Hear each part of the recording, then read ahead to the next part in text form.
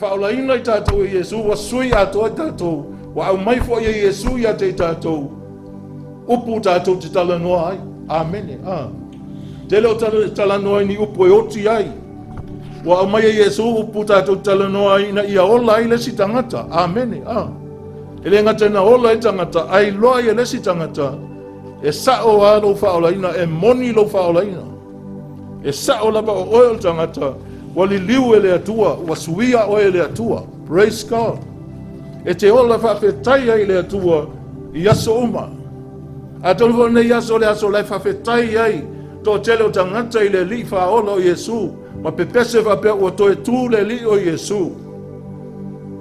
A o lato o langa o ola ai, e le whetau. E le whetau I ma le o langa o tangata, o ta ua ai le suafa o le atua. E te ilo o e whai o tātou I le atua.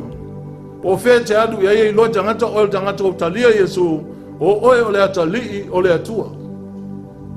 O le tangata fau, amene. Tangata fau. O le tangata fau, wa le toi pule ai satani. E te ilo loa o e lau whamatalang.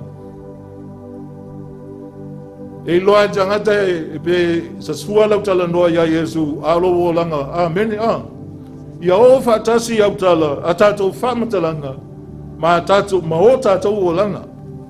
E tātou ona tātou moni mau ele ngata o tātou upo o tātou o langa o tātou a mio. E mawhai ona moni mau o tuaile li o Iesu. O le hale le lei o lau moni mau ia upu. Ai a tilo fo I tangata I lo o langa. E le tai tonu lava. Ai ono sai ti ngā.